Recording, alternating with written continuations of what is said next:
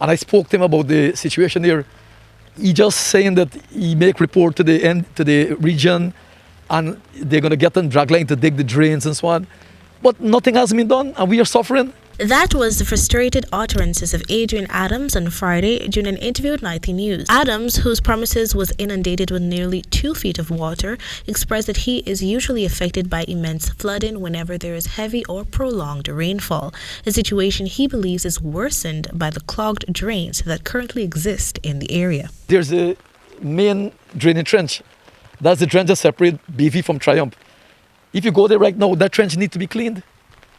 There's a lot of grass and so on is there. I told him about that yesterday I spoke to him. And he said some IMAC going to come.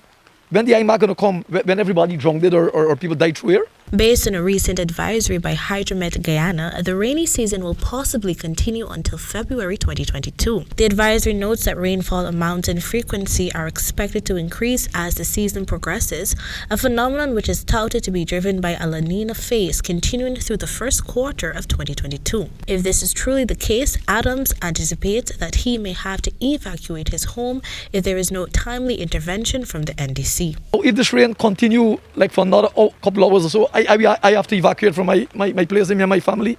Where would I go? God heaven knows.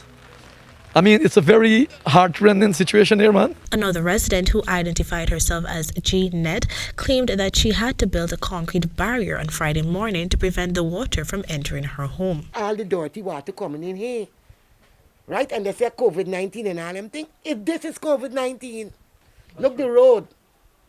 Look the road, all the water coming in here. When contacted for a response to the discomfort being endured by the residents who fall under his geographical purview, Chairman of the Beterverwagting NDC Jamal Bagat relayed via telephone that the present issues are being looked into by the NDC.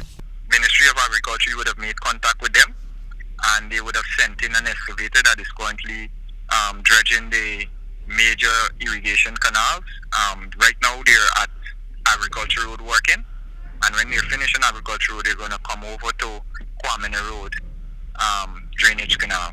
Regarding the deplorable condition of the street, Bagot relayed that rehabilitation works are expected to commence in the upcoming year once it is approved by the local government ministry. Still on the subject of flooding, on Friday this newscast also received reports from residents of other communities on the east coast of Damara about the massive inundations suffered by the heavy rainfall over the last few days. A video sent by one resident of Victoria showed that a large quantity of meat bird had to be hastily relocated indoors to prevent them from drowning in flood waters. For the HTP Nightly News, Kendell Richmond.